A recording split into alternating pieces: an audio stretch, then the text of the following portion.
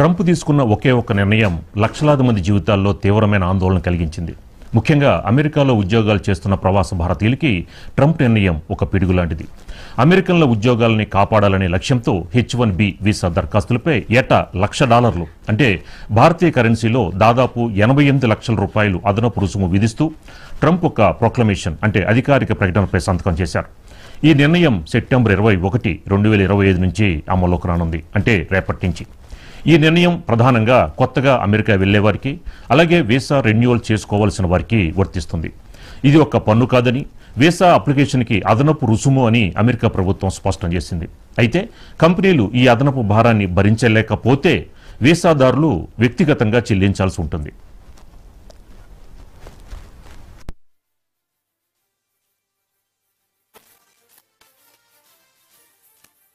Trump నిర్ణయంతో H-1B వీసాపై America వెళ్లాలనుకుంటున్న వేలాది మంది భారతీయులు తీవ్రంగా ప్రభావితమవుతారు. మనకి ఇదే అంశానికి సంబంధించి మనతో ఈ విషయంపై డిస్కస్ చేయడానికి ప్రముఖ ఎకానమిస్ట్ జీవీఆర్ శాస్త్రి గారు మనతో జాయిన్ అయ్యారు. శాస్త్రి గారు నమస్తే.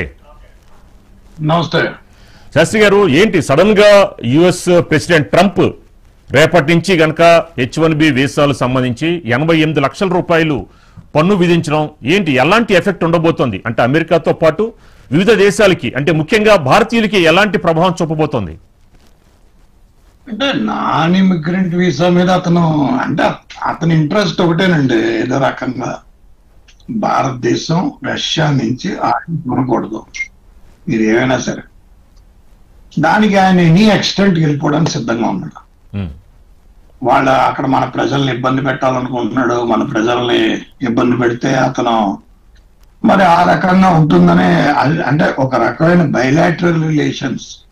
ఇప్పుడు H-1B వీసా అంటే అప్పుడు 3 non immigrant visa for specialist services, specialist skills వాళ్ళు ఉంటే వాళ్ళు employers, US employers can hire చేయొచ్చు.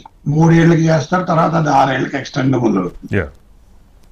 అలా కాకుండా ఇతను ఇలాంటి బైలాటరల్ రిలేషన్స్ మీద అవగాహన లేకుండా, ఒక దేశానికి ఇంకో దేశంతో సంబంధం మీద అవగాహన లేకుండా ఇలా చేయడం కరెక్ట్ కాదు.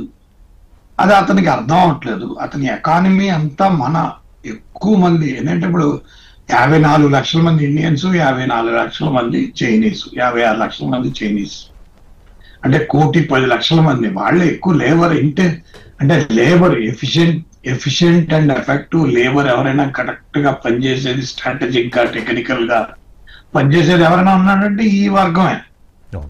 ఈ వర్గం వాళ్ళు పనిచేసే పరిస్థితి లేదు. వాళ్ళకి జాబ్ కావాలి కానీ మేము పనిచేయం. వాళ్ళకి జాబ్ కావాలి. వాళ్ళ రూల్ ఏంటంటే మాకు జాబ్ కావాలి కానీ మేము పనిచేయం, మేము డెలివరీ చేయలేము, మాకు అంత ఇది లేదు అనే పద్ధతిలో ఉంటారు వాళ్ళు. సో అలాంటి పద్ధతి నుంచి ఇతను బైలాటరల్ రిలేషన్స్ ని దాముగా రెక్కి, ఏదో మహాభారతంలో ద్రౌపదిని దాము పెట్టినట్టుగా, దుర్యోధనుడు ద్రౌపదిని అడిగినట్టుగా ఉండదు. ఈయనకి ఏంటంటే చేతకంతనం, రాజ్యాధికారికం మీద అవగాహన లేకపోవడం, ఏదో రకంగా ఏదో చేసేయాలనుకోవడం, అది ఒక పద్ధతి కాదు. అది ఎక్కువసేపు నిలబడదు కూడా, ఎక్కువసేపు నిలబడదు. ఎందుకంటే ప్రజలు కూడా చాలా, ఆయన అనవసరంగా పెద్ద ఎత్తున ఒక రకమైన ఇబ్బందిని కొని తెచ్చేసుకున్నాడు. మనం తాత్కాలికంగా ఇబ్బంది పడతాం, అది మాత్రం వాస్తవమే. మనం తాత్కాలికంగా ఇబ్బంది పడతాం, కానీ లాంగ్ టర్మ్ కానీ దాని యొక్క పర్యావసనం కానీ ఆయన అనుభవించవలసి వస్తుంది. ఆయన అంటే వాళ్ళ ప్రజలు అనుభవించవలసి వస్తుంది. అంత ఈజీగా అది అవుతుందని నేను అనుకోను. అంటే శాస్త్రి గారు, స్కిల్డ్ లేబర్ వాళ్ళ కంట్రీలో లేకపోవడం వల్ల వివిధ దేశాల నుంచి స్కిల్డ్ లేబర్ని ఈ యొక్క టెక్ కంపెనీస్ అనేది వాళ్ళు తీసుకుంటున్నారు. ఇలాంటి పరిస్థితుల్లో ఒక స్కిల్ లేబర్ లేరు కాబట్టే కదా విదేశీయులందరూ అమెరికాకు వెళ్తున్నారు. ఇలాంటి నేపథ్యంలో ఇలాంటి స్టెప్ తీసుకోవడంతో మరి అక్కడున్న టెక్ కంపెనీస్ పరిస్థితి ఏంటండి? అంటే టెక్ కంపెనీ ఇప్పుడు నేను చెప్పాను కదా, దీని యొక్క స్టేక్ హోల్డర్స్ ఎంతమంది అయితే ఉన్నారో, కంపెనీస్ అయినా, ఎంప్లాయీస్ అయినా, కంపెనీకి సంబంధించిన ఎవరితో కంపెనీలు అయితే ఎవరెవరితో అయితే వాళ్ళు అగ్రిమెంట్స్ చేసుకున్నారో వాళ్ళైనా కూడా చాలా ఇబ్బంది పడాలి. ఎందుకంటే అన్ని కంపెనీలు 80 లక్షల రూపాయలు, 85 లక్షల రూపాయలు H-1B వీసా ఇయర్లీ రెన్యువల్కి కడతాయంటే నేను కడతాయని నేను అనుకోను. అది చాలా ఇబ్బంది. 2.3 ఏళ్ళ అక్కడ ఉండాలంటే 2.4 crores కట్టాలి. 2.4 crores కదా, 90 రూపాయలు అయిపోతే డాలర్ 2.7 crores. అలాంటిది కట్టే అంటే బైలాటరల్ రిలేషన్స్ ని మనం ప్రభుత్వం ఇప్పటికైనా అదే చాలా స్ట్రాంగ్ గా ఉంది, అందుకే వాడు బాధపడుతున్నాడు. మీరు ఒకటి అబ్జర్వ్ చేయవలసింది ఏంటంటే ఇండియా చాలా స్ట్రాంగ్ గా నిలబడింది ఈ విషయంలో. ఆ నిలబడినప్పుడు కొన్ని తాత్కాలిక ఇబ్బందులు రావడం సహజం. ఆ తాత్కాలిక ఇబ్బందులు మనం తట్టుకోవాలి, తట్టుకుంటేనే దీనికి సమాధానం చెప్పినట్టు అవుతుంది. అంతే తప్పితే తాత్కాలిక ఇబ్బందులకు మనం లోనైపోయి దాని మీద విదేశీ వ్యవహారాల నీతిని కనుక మనం మార్చుకుంటే అది చాలా ఇబ్బంది. మనం అతి వేగంగా ఎన్నో ఇబ్బందుల వైపు వెళ్ళిపోతాం. అంచేత ప్రభుత్వం ఒక నిర్ణయం తీసుకుని నిలబడింది. రష్యాని అంటే ఆయిల్ మేము కొనుక్కుంటాం, మనం ఎవరి దగ్గర నుంచి ఏం కొనుక్కున్నాను వాడిని నిర్దేశించే అధికారం వాడికి లేదు, అలాంటి పరిస్థితి లేదు.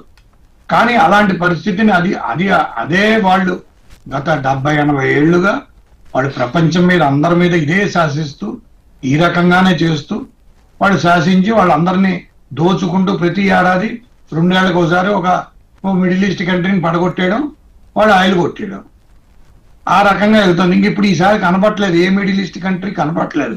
ఎవరిని కొట్టేద్దాం, ఇరాన్ కొట్టేద్దాం అనుకున్నారు, ఇరాన్ కొట్టలేకపోయారు. ఎవరిని కొట్టేస్తే అవుతుందో తెలియట్లేదు. ఇప్పుడు అధికారం కాబట్టి వెనిజులా బాగుంది, వెనిజులా కొట్టేద్దాం అనుకున్నారు, ఆ వెనిజులా అవ్వట్లేదు. వాళ్ళకి ఏదో ఒక ఆయిల్ కంట్రీ కొట్టేయాలి, కొట్టేస్తే అవుతుందేమో నా ఉద్దేశం. ఎందుకంటే ఇలాంటి పరిస్థితి ఎందుకంటే మీరు ఆలోచన విధానం తప్పే కదా. మీ గురించి మీ దగ్గర 70 లక్షలు 80 లక్షలు డబ్బు కట్టి చదువుకుని పిల్లలు అక్కడ చదువుకుని అక్కడ ఉద్యోగ భృతి కోసం ఇచ్చేస్తున్నారంటే మీ దేశ ఆర్థిక వ్యవస్థలో ఒక అభివృద్ధిలో ఒక భాగం వాళ్ళని గుర్తించి గౌరవించడం మానేసి మీరు ఇక్కడ ఉన్న వేస్ట్, మీరు వెళ్ళిపోండి, అదే 80 లక్షలు కట్టండి ఏంటి అక్కర్లేని నిర్ణయాలు, రాత్రి నిర్ణయాలు ఏంటి? ఇప్పుడు ప్రెసిడెంట్ అమెరికాగా ఉన్నాడు కాబట్టి నువ్వు ఒక 10,000 కోట్లు కట్టమని, రోజు 10,000 కోట్లు కట్టమని చెప్పి అమెరికన్ కోర్టులు ఏమైనా ఆర్డర్ ఇస్తే ట్రంప్ ఉంటాడు అక్కడ? ఉండడు కదా. అలాంటి అనాలోచితమైన నిర్ణయాలు తీసుకోవడం ఏంటి? అలాంటి అనాలోచిత అంటే నువ్వు మాతో మాట్లాడలేవు అంటే ఏంటి? నీ యొక్క హెల్ప్లెస్నెస్ సిచ్యువేషన్ అంటే నేను మాట్లాడలేను, నా వల్ల అవ్వదు, వీళ్ళని ఈ రకంగా ఇబ్బంది పెడితే హింసించి ఇబ్బంది పెడితే ఏమవుతుందేమో అనే దావకు నువ్వు వెళ్ళిపోయావు అంటే దాని అర్థం ఏంటి? మేము కరెక్ట్, నువ్వు రాంగ్, ఇండియా కరెక్ట్, మీరు రాంగ్ అనేది చాలా స్పష్టంగా ఆయన నీతిలో, ఆయన విధి విధానాలతో, ఆయనకున్న జ్ఞానంతో స్పష్టంగా చెప్పేసాడు. దీనికి మీరు అని చెప్పినట్టు కొన్ని పర్యావసనాలు ఉన్నాయి, కొన్ని కష్టాలు ఉన్నాయి. ఆ కష్టాలు మనం భరించాలి, ఎందుకంటే అది టైం పడుతుంది. దీన్ని అడ్రస్ చేయాలి, కానీ ఈ అడ్రస్ చాలా కరెక్ట్ గా చేయాలి. అది చేసే లీడర్షిప్ మన దేశానికి ఉంది. సో ప్రజలకు అర్థం చేసుకోవాల్సిన విషయం ఇది. శాస్త్రి గారు, అంటే ముఖ్యంగా విద్యార్థులు అంటే F1 వీసాలు కానీ ఇప్పుడు H1B వీసాలు కానీ ముఖ్యంగా ప్రతి వాళ్ళు కూడా, మన ఇండియాలో ఉన్న ప్రతి వాళ్ళు కూడా వాళ్ళ పిల్లల్ని అమెరికా పంపించాలి, అక్కడ చదువుకోవడం, అక్కడ ఉద్యోగాలు చేయడం, ఇది ఒక స్టేటస్ సింబల్గా పరిశీలిస్తున్నారు ఇక్కడ ఉన్న తల్లిదండ్రులు. ఏంటి ఇప్పుడు ఇలాంటి విషయాలు జరుగుతున్నప్పుడు ఇక్కడున్న తల్లిదండ్రులు ఏంటి వాళ్ళ ఆలోచనలో ఏమైనా మార్పు వచ్చే అవకాశం ఉంటుందా? అదే అసలు చాలా పొరపాటు అండి. ఇక్కడ ఉన్న తల్లిదండ్రులు అందరికీ చెప్తున్నాను, అమెరికాలో నేను చదువుకున్నాను, 4 ఏళ్ళు చదివాను, 4 ఏళ్ళు ఉన్నాను. మీరు అసలు అక్కడికి వెళ్ళిపోయి అక్కడ పండగలు పబ్బాలు, మన భారతదేశ పండుగలు పబ్బాలు చేయడం అనేది కూడా కరెక్ట్ కాదు. వాళ్ళ కల్చర్ లో మనం ఇన్వాల్వ్ అవ్వాలి, కానీ మన కల్చర్ ని పెంపొందించుకోమని ఎక్కడ ఇది లేదు. మీరు